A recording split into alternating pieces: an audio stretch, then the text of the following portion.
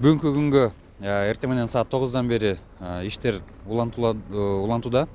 11 техника иштеп жатат. Анын ичинен 4 экскаватор, 1 фронтальный погрузчик, калган баары самосвалдар, ховолор, кардын немесин, карларды, муздарды чыгарганга. Түнү менен саат 2-ге чейин биякта иштедик. Баш аягы азыркыга 6,5 миң куб кар, муз, суу ташылып чыкты бияктан.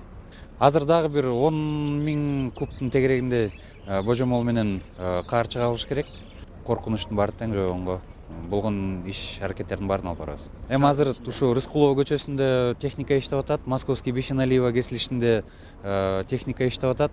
Анан Малдыбаева тарапта Космостун тушунда, Зеленхостун маңдайында, Илим мектептин жанында аякта да атайын техникалар иш алып барып атат. На данный момент проводится механизированная очистка ледяных и снежных масс из реки Аларча. Работает 11 единиц техники, 4 экскаватора, 1 погрузчик и остальные все ховы и самосвалы для вывоза снежных масс. Если эти работы не проводить своевременно, то возможно будет, как и вот вчера вы наблюдали, выход воды из русла реки, затопление домов, торговых точек, как на примере 2012 года.